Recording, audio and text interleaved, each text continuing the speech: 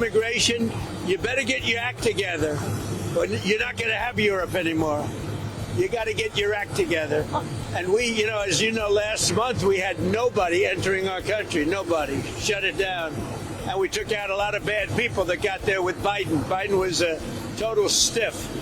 And what he allowed to happen, but you're allowing it to happen to your countries. And you got to stop this horrible invasion that's happening to Europe. Hello, everybody. You know our ambassador to Scotland. It's great to be in Scotland. We are going to be meeting with the Prime Minister, I guess tomorrow, a little bit tomorrow and the next day. And we're going to do some great things. Do you have any questions? On Leyen on Sunday to discuss the EU trade deal. Are you meeting with Ursula von der Leyen? I'll be meeting with the EU on Sunday, and we'll be working on a deal. We'll see if we make a deal. Ursula will be here, highly respected woman, so we look forward to that. That'll be good. On Gaza. What media executives are you meeting with while you're here? We'll have numerous executives that we're meeting with. We're going to be meeting with a lot of people.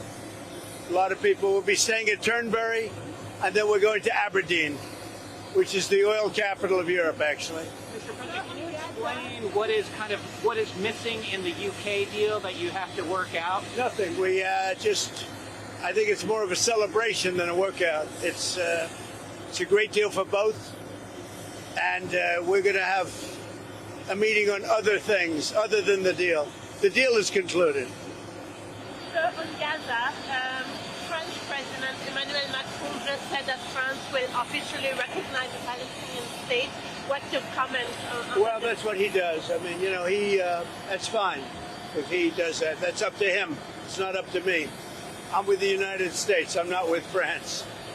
And about the humanitarian situation in Gaza, we hear very dire warnings about. I think it's terrible what happened with Hamas. They tapped everybody along, and we'll see what happens. We'll see what response Israel has to that. But it's getting to be that time.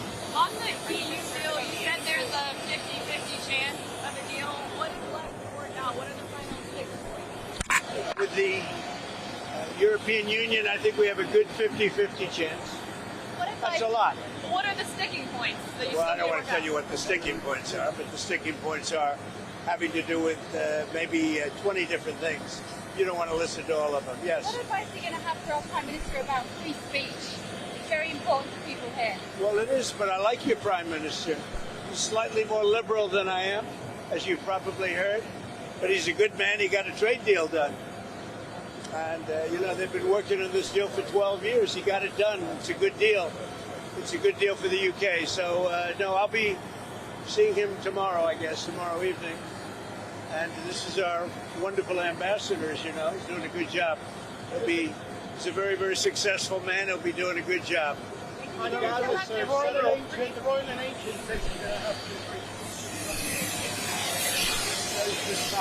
Is that something you're going to ask the British Prime Minister? The best course anywhere in the world is Turnberry. The players all want to be at Turnberry.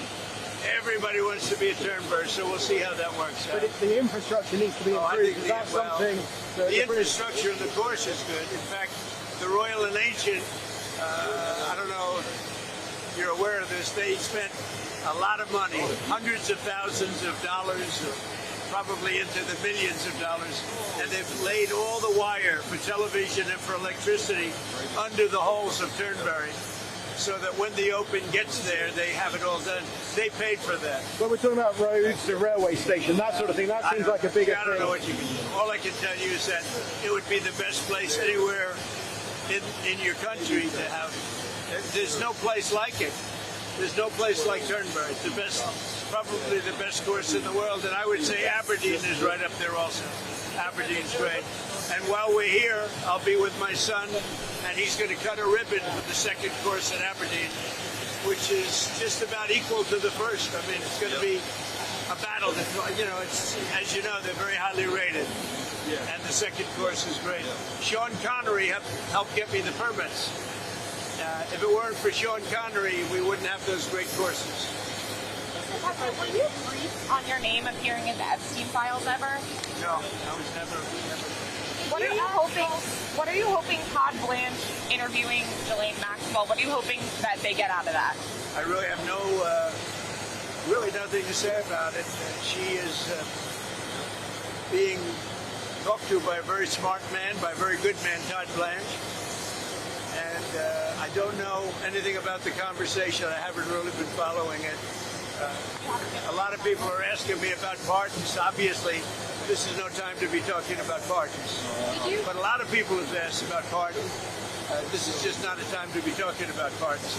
Todd will come back with whatever he's got. You're making a very big thing over something that's not a big thing. You should be talking about, if you're going to talk about that, talk about Clinton, talk about the former president of Harvard, talk about all of his friends, talk about the hedge fund guys that were with him all the time. Don't talk about Trump. What you should be talking about is the fact that we have the greatest 6 months in the history of a presidency, according to a lot of people. And we had an amazing 6 months. And this is sort of an example of it. Now we're meeting with the European Union, we're also meeting with, as you know, the head of UK, Prime Minister, and I look forward to that. But we're meeting, in terms of a deal, we're meeting with the European Union, and that would be actually the biggest deal of them all if we make it. Did you ask House Republican leaders to not vote on the resolution at all? I was never involved in that. I'm focused on making deals. I'm not focused on conspiracy theories that you are. Watch you people, it's so sad. You're to talk about the success of our country instead of this nonsense you talk about over and over again. You've done an amazing job on illegal migration. A lot of people here are very worried about the situation. Record numbers. Well, I say two things to Europe. Stop the windmills. You're ruining your countries. I really mean it. It's so sad. You fly over and you see these windmills all over the place, ruining your beautiful fields and valleys and killing your birds. And if they're stuck in the ocean, ruining your oceans. Stop the windmills. And there's a couple of things I could say, but on immigration, you better get your act together. You're not going to have Europe anymore. You got to get your act together. And we, as you know, last month we had nobody entering our country. Nobody. Shut it down. And we took out a lot of bad people that got there with Biden. Biden was a total stiff. And what he allowed to happen, but you're allowing it to happen to your countries.